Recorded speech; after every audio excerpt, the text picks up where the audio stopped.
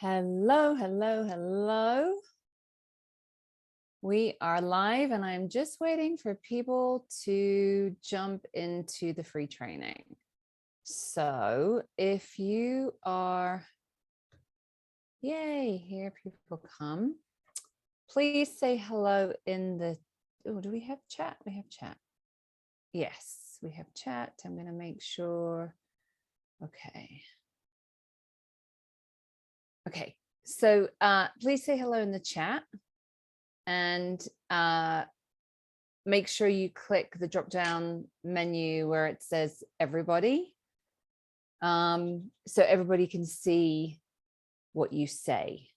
And I will be getting started in just a second. If you can hear me okay, can you just let me know? I just want to make sure that people can hear me. And we will get going. So today, this is sobriety that sticks.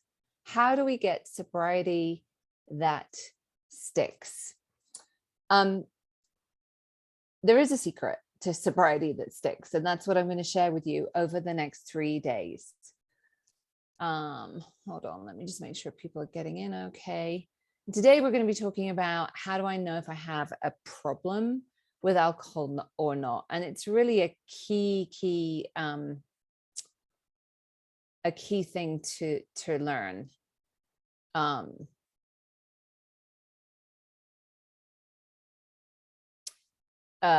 Otherwise we're just we can be in this place of wondering what is going on for a long time.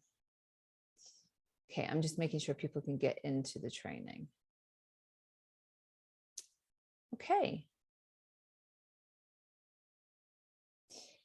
Okay, sobriety that sticks. How do I know if I have a problem with alcohol or not? So let me break this down. There's lots of different tests and quizzes that we can take to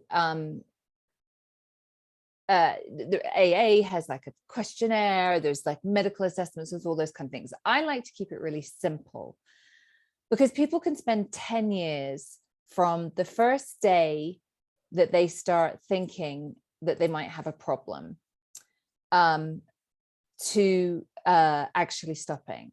And that's 10 years of trying to manage their drinking. So how do we know if you have a problem with alcohol or not? People who have a problem with alcohol do 4 things. So see if you recognize yourself. They drink. They think about drinking. They think about not drinking. And they recover from drinking, which basically means they have hangovers and feel like crap for days or a day or whatever. Out of all of those things, what I think is the key indicator of someone who has a problem is when you think about not drinking alcohol.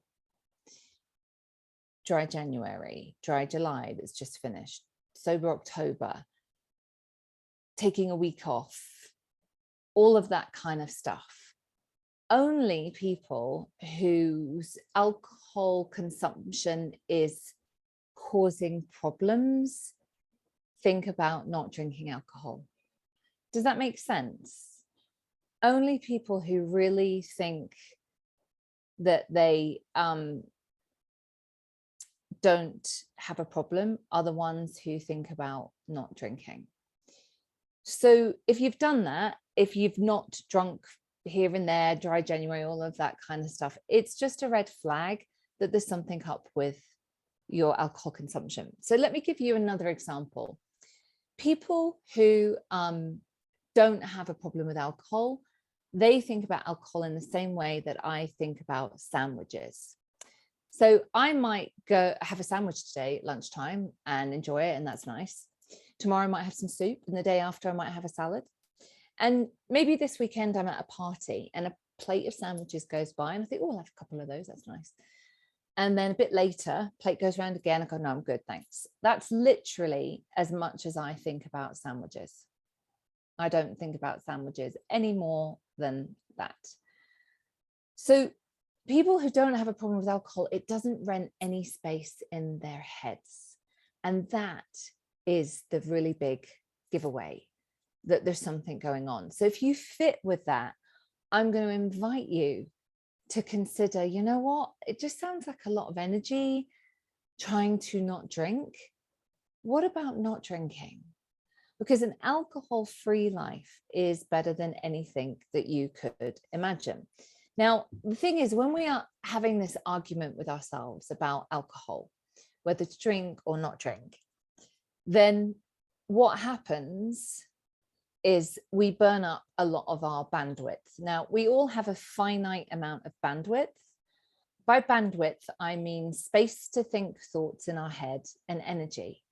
And I know that you didn't come here to argue with yourself about whether you're going to have a glass of Chardonnay tonight or not, or whether other people think that you drink too much, or maybe you do drink too much. That is burning up unnecessary bandwidth in ways that really just, you could put that to so much better use. So here's the problem.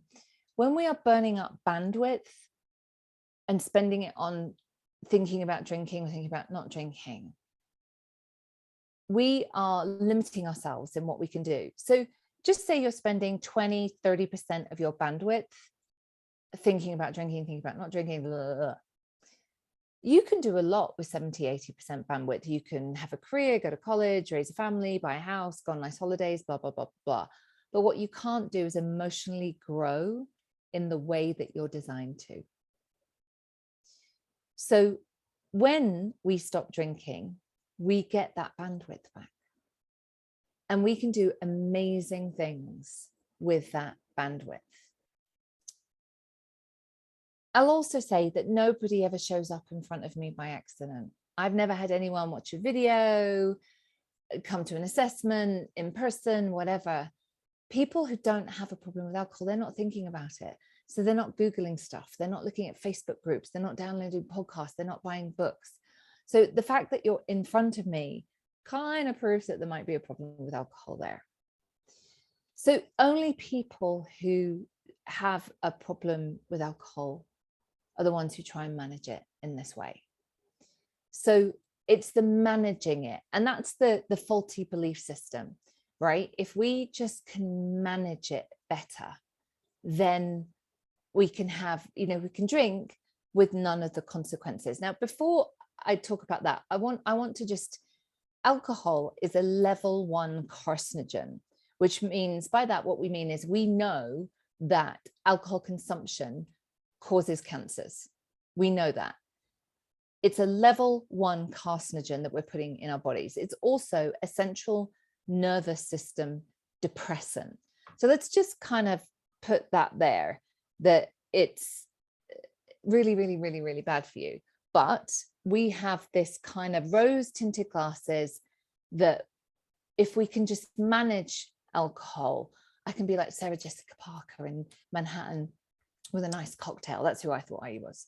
Or we can, we're just like this fun loving person. We all have these drinking identities that we have in our heads that are not really based in reality. So we are surrounded by all these different messages from our culture, from our peer groups about alcohol. And in our minds, we think if I drink, I'll be like that. But the reality is not often the case. So here's the thing about alcohol and sobriety. It's really about changing our perception. Because I'm going to guess if you're watching this, your drinking stopped being fun quite some time ago. I'm also guessing that it stopped being fun. It became difficult. It became problematic. But what happens is sometimes people stop for a certain amount of days or a couple of weeks, we think that drinking is just because we stop for a little bit, we've reset our relationship with alcohol, we've reset our bodies, I'll be able to drink this time, it'll be different. Here's the thing about alcohol, the price just goes up and up and up and up and up and up. And it's never going to decrease, ever. So just maybe you've had a break for a few days or a couple of months, your price for drinking is never going to go away. Now, the reason that we try and manage our drinking in this way, try and figure out a way to drink and not be hungover and not make an ass of ourselves and not do something shameful and all that kind of stuff, is because we believe that alcohol is the best way to get to the land of fun, excitement, belonging, connection, relaxing and rewarding ourselves. And again, we've been told that by marketing, by our culture, and by our peer groups. That's the biggest obstacle people have to stopping drinking, is the fear of missing out. That they believe they'll be missing out on something, even though it's the reverse. Because you're drinking, you're actually missing out on a lot of life and great stuff. But we have this belief system, and that's the fundamental part that we have to change to be sober. Now, it's really normal when we stop drinking that we go through a grief process, because for many of us, alcohol feels like our best friend. It feels like it's always there for us whenever we need it. When we're having a hard day or we're stressed, alcohol's always there for us. When we're having a good day and we want to mark the occasion, alcohol's always there for us. But we have begun to see that alcohol is not our friend. In fact, it's a frenemy. It's actually an enemy disguised as a friend, that it's not serving us, that it's taking, that the cost is too high. But it's still very normal to feel grief about letting go of that, because alcohol has always been there and it's everywhere and it's never going away. The other thing about perception is we also think that we look around and we think everyone drinks and they're fine. Everyone is out having a lovely time drinking and they're fine. And it's just poor, sad, lonely me who's staying home and not drinking.